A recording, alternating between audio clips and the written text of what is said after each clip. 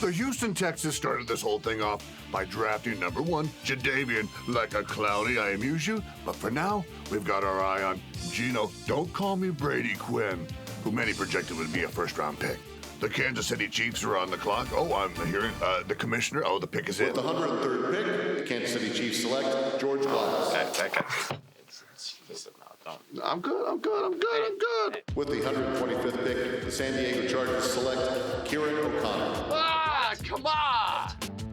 With the 149th pick, the Buffalo Bills select Neil Patrick Harris. The Chicago Bears select Johnny Utah.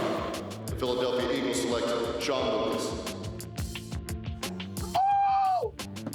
And the young sophomore with no hands was picked. Well, let's go down right now and take a look at Gino, don't call me Brady Quinn, who still waits to be picked. With the 256th pick, the Houston Texans select Esmeralda Gutierrez. Woo! Soy rica! Woo-hoo-hoo! That's bullshit! Hey, that's my cleaning lady. The box score comienza ahora.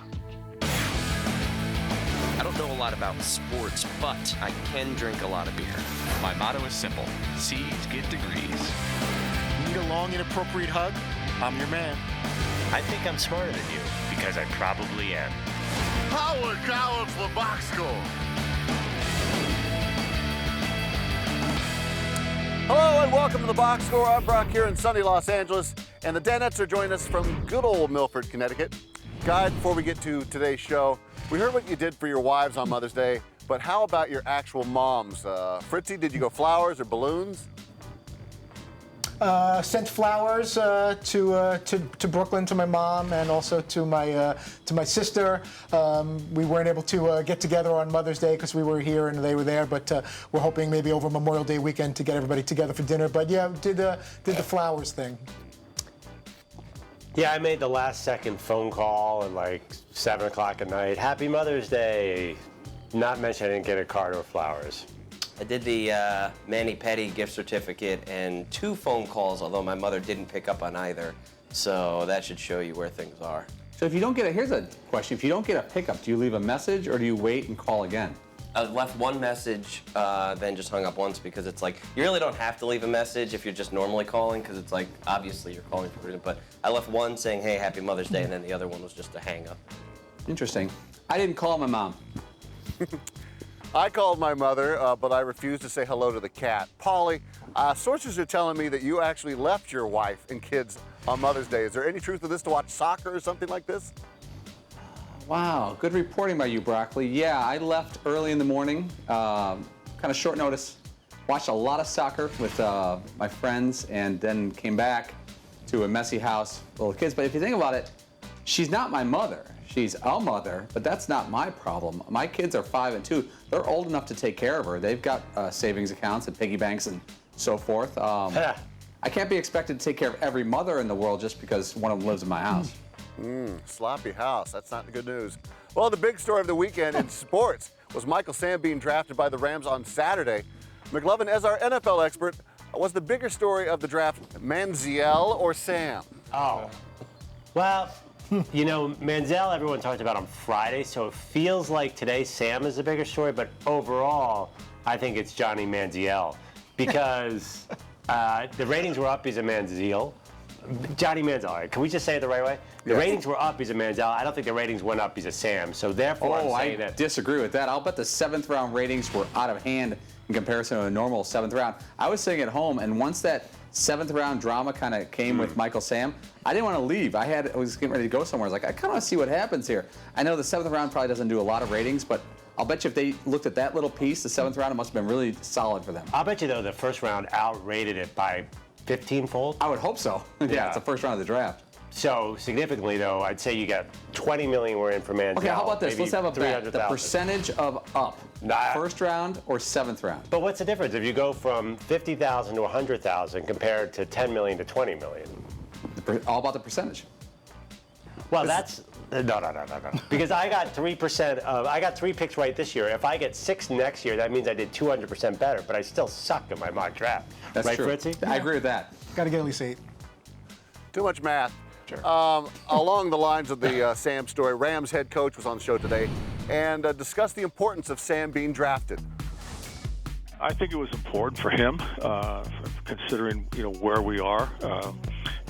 dealing with our social issues, inclusion and diversity. And I think it was very important for him. But again, we drafted the football player, and I think that's important to point out. Is that as you get into that 7th round, you've got guys that are still up on your board that have significantly higher value. This is one of those storylines and topics that's, excuse me, right in my sort of wheelhouse. That I love talking social issues and sports and how they relate. But it's also one that I'm very careful of because I don't want to get, not that I don't want to get in trouble, but I can take it away from sports very easily, and this is a topic that you can get away from sports easily. So I always try to keep Paulie sort of somewhere in the back of my mind, saying like, right, but how does it relate to sports? Because I could go off for hours on this kind of stuff. I'm probably too cautious with this stuff. It's not cautious, but like boxed in sometimes because I always want to keep it under the sports umbrella, and it's probably good that I do that, and also probably a little narrowing for myself. But it's good because if you think about what other people think in the room, you may tighten up your message. Well, I think too that I could take it from a good conversation into an argument real fast, and I don't want to distract from a good conversation by bringing in an argument. So I don't know. I just try to be mindful of that. Well, Fritzy, you either had an interesting night last night or Jeff Fisher was boring you to tears. During the interview, we caught you with this epic yawn on air. Paulie, Dan once yelled at you for yawning during a look-in. Did Fritzy get away with one there? Well, there's a big difference. A look-in yawn compared to a major national interview yawn with a newsmaker. Then slow motion. Wow. I don't think I usually yawn quite that way. But no, you usually way, don't. Usually when you yawn during the show, it's much different than that.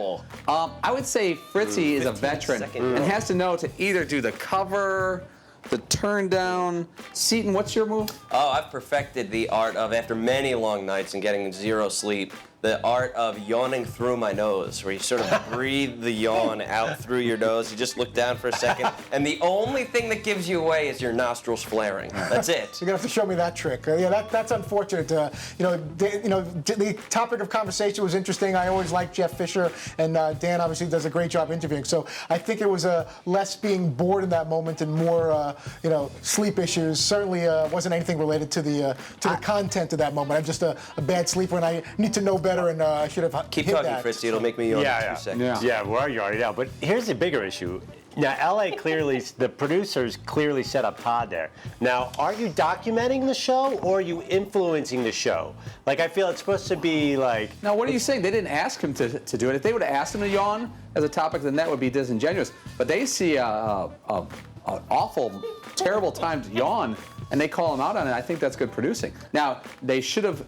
I don't know if they told Dan directly. If they did, that's wrong. They should have told Seton, me, or you to let us see how we could produce it. If one of the producers in LA told Dan directly that someone yawned, then that's not their role. We did the favor of telling him what happened. Let's see how he confronted you afterwards.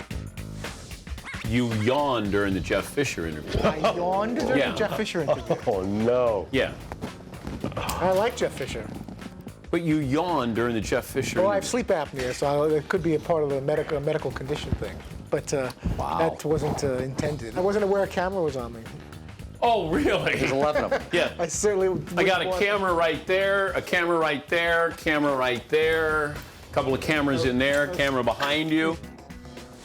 Yeah, that was unfortunate. I'm going to. Unfortunate is when you trip. I can't promise. I don't think any of us can promise that we'll never yawn ever. Oh, so it's again. all of us. Now, when I you just say need you to weren't hide that. aware that there's a camera on you, how is that possible? I know there's cameras on it, but I wasn't aware at that moment that. But we need to know that at any moment a camera, one or several cameras, can be on us. And can't they put a red light on the camera when it's pointing at us? I got to practice my breathing or how to hide that. Put a book up in front. Now, of me. Brock, there's another topic here that we kind of touched on. You said that the producers in LA told Dan that Fritzy yawned. Is that confirmed? Absolutely, yes, it was confirmed. See, now we have a problem with that out here because that's called backdoor producing in the business. Now we need to have that information. So it's my job to embarrass and sell out Fritzy, not people in Los Angeles. We all like to get on the fun. And we'll have more fun coming up. Fritzy's big mouth gets him in trouble with a guest, and one of the Danettes thinks he should be on the catwalk in the near future. We'll be right back.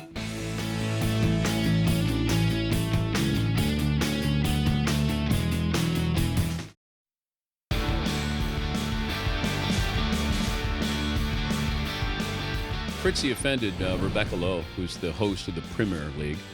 And I offended her? yeah, you didn't know this? No, I did not. Yeah. Well, you said she's a future Cougar of the Week. A future cougar? You know how old she is? I'm going to say somewhere flirting with the mid-30s. Early 30s. Now you've offended her again. Oh, boy. Welcome back to the box score. So, Fritzy, the boss, not happy with your comment regarding Rebecca Lowe on Friday's show. Do you remember making that statement? I remember being asked if I have her in the rotation as a Cougar of the Week, would I consider her? And I'm quite sure I said something along the lines of, when she's eligible, yeah, she's smart, attractive. I can see her being a Cougar of the Week. I don't recall anything relating to that she's going to be an upcoming Cougar anytime soon. If you have that audio, I would definitely want to hear that. Well, she's a decade away at least, or maybe 2 decades. She's youthful and beautiful. Paulie, does Fritzy have to pick his spots, especially when female guests are in the studio? You know what? I don't think women in their early 30s want to ever hear the word cougar. I think the idea of, for any of us turning 40, turning 50. Any woman in her early 40s wants to hear the term cougar. Yeah, I don't think. I think that Fritzy thinks this might be a compliment, which I guess it is. You're saying this person is hot, but you're also saying you're hot for this age. Yeah, like you're old and you're still hot. Right. Age in women, I've learned, if I've learned anything in my life, never make fun of a woman's hair, her clothes, her shoes, or her age.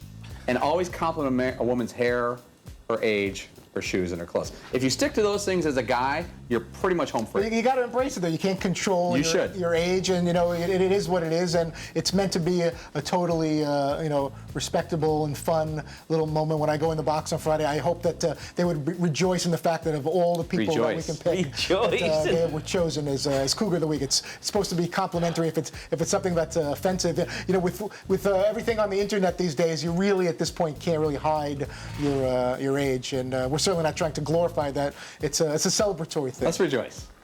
Well, Fritz, if you don't remember seeing it on the big show, you actually said it on the box score on Friday. Let's roll the videotape. I was a little smitten myself. I can't speak for the rest of the guys, but the accent, and she's just an intelligent, pretty, and it was great having her in studio. I'm not sure what her age is or how close she is to that kind of 40 number that I kind of look at for the Cougar as a bar, but she's right there.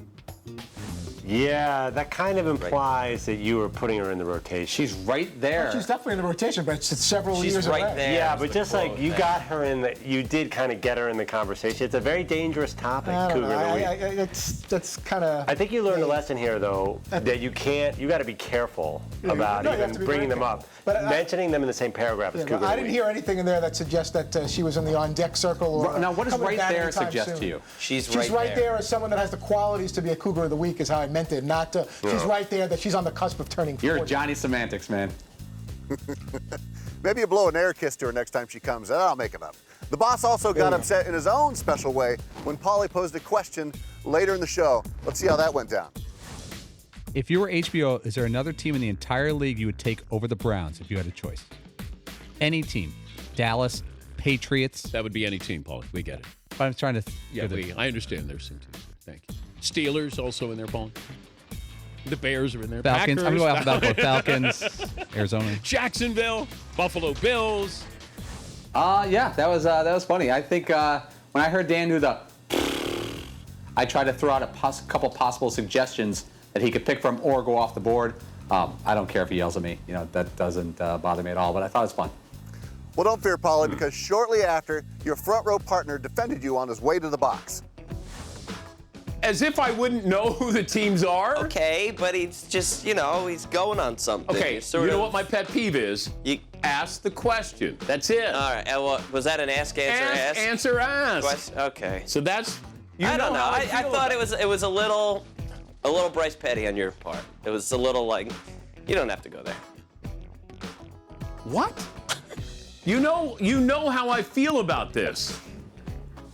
I just say sometimes like, oh, the dad was a little catty there. He's a little snippy, and it was like, dude, what are you doing? You're better than that. Like, yeah, I know what that means, Paul. Like, you could say those kinds of things to any one of us like 15 times a day, but for some reason Dan got a little snippy there, and I don't know. I kind of like poking back a little bit and throwing those things in his face. I'm not gonna lie, it's a little selfish of me, but. If you caught it later, Broccoli, they said, what did you learn today? I said, I learned that there's many teams that could be on Hard Knocks. Many, many teams that could be on Hard Knocks. Steelers, maybe anyone. Coming up, it's time to fight for the mock headline championship belt as the Danettes take a look back on the weekend's news. Stick around.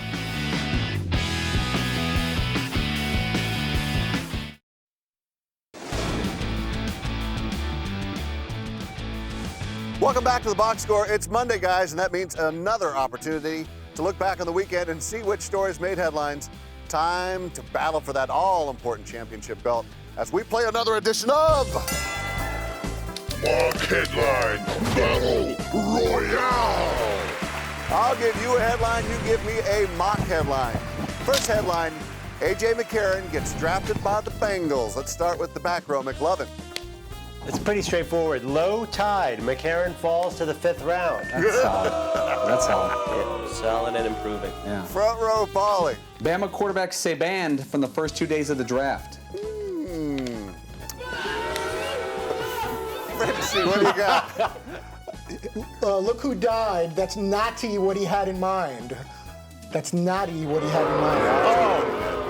And finally, Brock, he had low tide as well. I did have low tide, but I wasn't going to repeat what you said. State and float us here.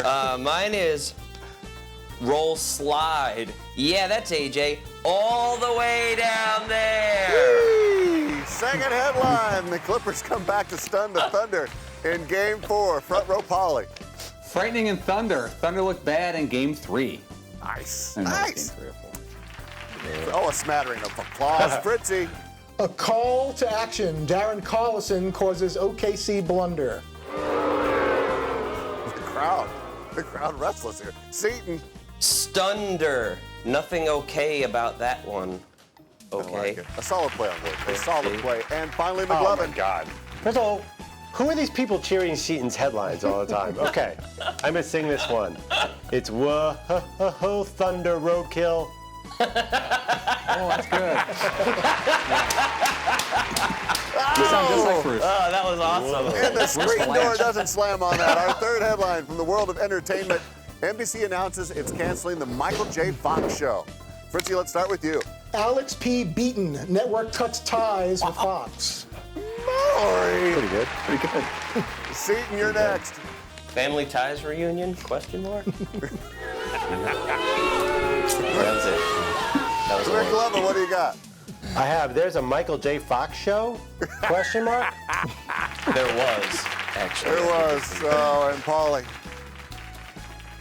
I'm not going to make all the Michael J. Fox jokes that I wrote down because I don't want to get canceled. Nice. Nice. Finally, our last headline. A woman in a bikini invades the pitch during a soccer match in Italy. Front row, Seton.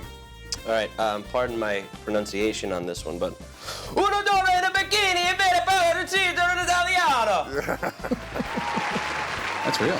Quesadilla. Pretty good. Fritzy. When you get such an itch to interrupt the pitch, that's a moron. Pretty good. And Paulie. She's lucky they didn't prosciutto her. Oh, prosciutto. Thanks, Brock. We've had the stun gun. And finally, McLovin. Okay, this is not to imply that Italian men are sexist, but I've been to Rome, and this is what you might hear. That's a hot pizza pie.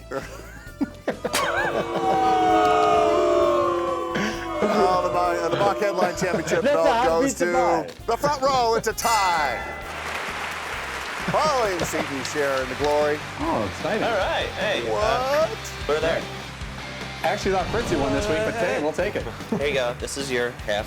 Up can fit in next, this, bro. McLovin. Is he too sexy for his shirt? Dan Nation will weigh in on this hot topic when we come back.